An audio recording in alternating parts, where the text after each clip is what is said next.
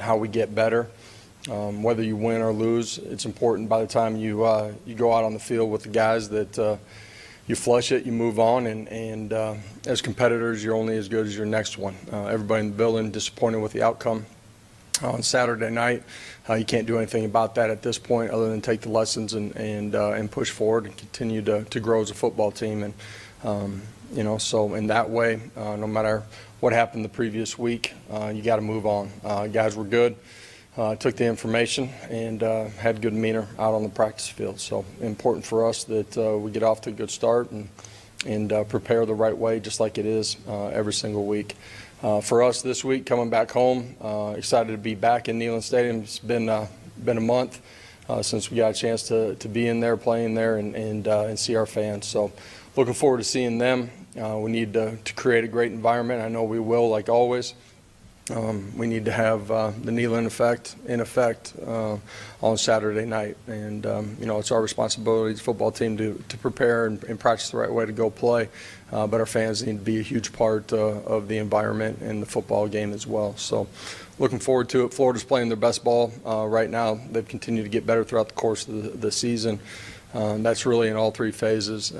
Defensively, long, athletic, have speed. Offensively, both of the quarterbacks are playing really good football right now, and offensive line's really solid. So I'll open it up for questions.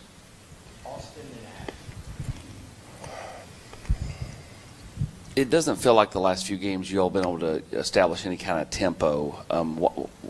Is there something going on that's keeping you all from being able to get to tempo? Have you been able to pinpoint it? And then, kind of where do you feel like the struggles on offense the last couple of weeks have resided?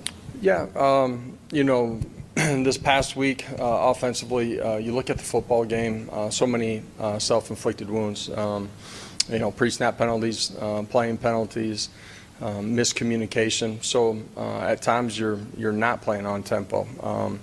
In the course of drives, when we've wanted to play with tempo, we've been able to do it and play efficiently. DSAM's big run. There's multiple instances of it. At the end of the day, you got to play smart, effective football. The prior week, I certainly slowed things down in the second half and played a different style just because of the flow of the football game and trying to play all three phases together. For us, we got to do the ordinary things at a really high level. Last week, we didn't do that very well. The week before that, we did a lot of things really well. Josh, on pass protection, when you look back at the film, were the issues more pre-snap or post-snap? And why have odd fronts giving you guys issues? Structurally, that's what the last couple opponents have decided to play against us. Certainly capable last week of attacking it and performing better than we did, in the run game and in the pass game. Again, some of the things that we control, not taking anything away from Arkansas, but some of the things that we control, we did not handle very well. You heard me say it already, but communication was a big part of it, and then the penalties. Just changes the way the game's played. Too many third and longs. So we got to be ready, go attack what we see on game day. Kind of following up on some of that defensive structure. I know you've seen every defensive structure against your offense for a long time. Yeah. Is there anything that the last 2 weeks have done to make it that those guys are making it harder on Nico? That it's harder for him to decipher because of what they're doing in the back end? No, Nico played really well a week ago. Clean in his decision making, decisive, accurate with the football. This past week, first play of the ball game, rips a nice ball. Some of all parts as the game went on, we didn't play as clean. Some of that's Nico, some of that's the guys around him. Quarterback position takes 10 of the guys around you playing at a high level too. So some of all parts, all 11 operating, doing, I'm going to say, ordinary things at a really high level consistently. Was the difference in the ball game the other night. Yeah, the last couple of years, we've seen 4 down, 5 down, 3 down. Seen those structures. We got to go attack it and play well.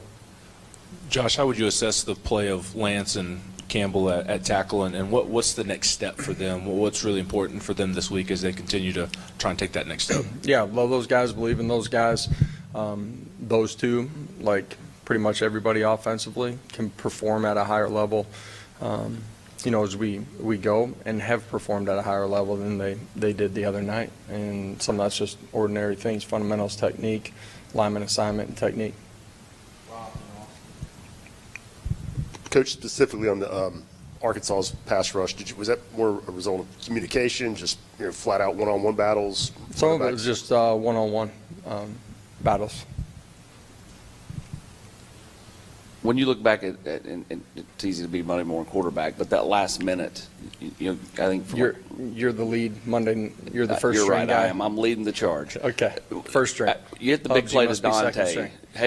Looking back, do you wish you'd called a timeout there, or were you just trying Which to at get- the end of the game? Yeah. Yeah, in hindsight, yep, for sure. As I recognized that we weren't immediately ready, thought about going to timeout, then I thought we were ready to get the ball off in the next couple of seconds. And, every timeout at the end of the game creates a different scenario where you're not pushing the ball into the end zone, forced to push the ball into the end zone. So, yep, absolutely. Looking at Florida, what are the challenges in preparing for two quarterbacks? And if you would, can you kind of break down what each of those guys do well? Yeah, I think both of them have played smart football. They've been accurate with football, in particular the last couple of weeks.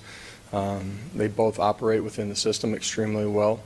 Both have the ability to run the football and move and extend and make plays. The young kid is dynamic with the ball in his hands.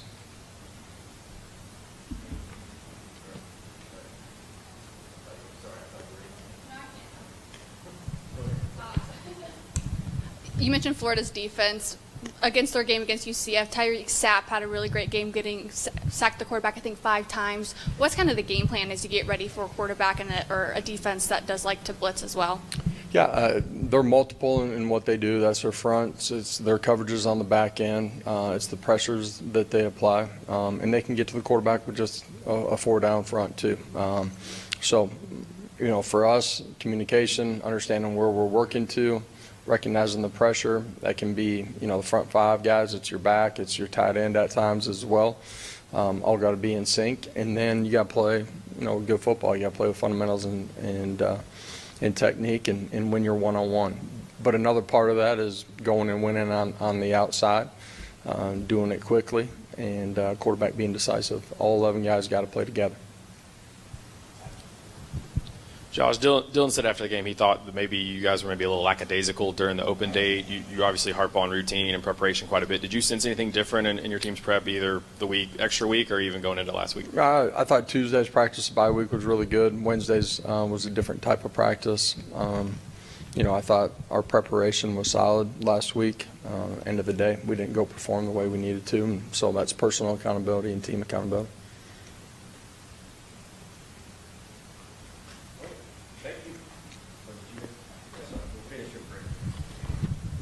Is there any update on Squirrel and Brew at this point Yeah. to start the week? None of the injuries are long-term season-ending injuries. As we go through the week, we'll find out exactly where everybody's at. You guys can look forward to the injury report on Wednesday night. Thank you, buddy.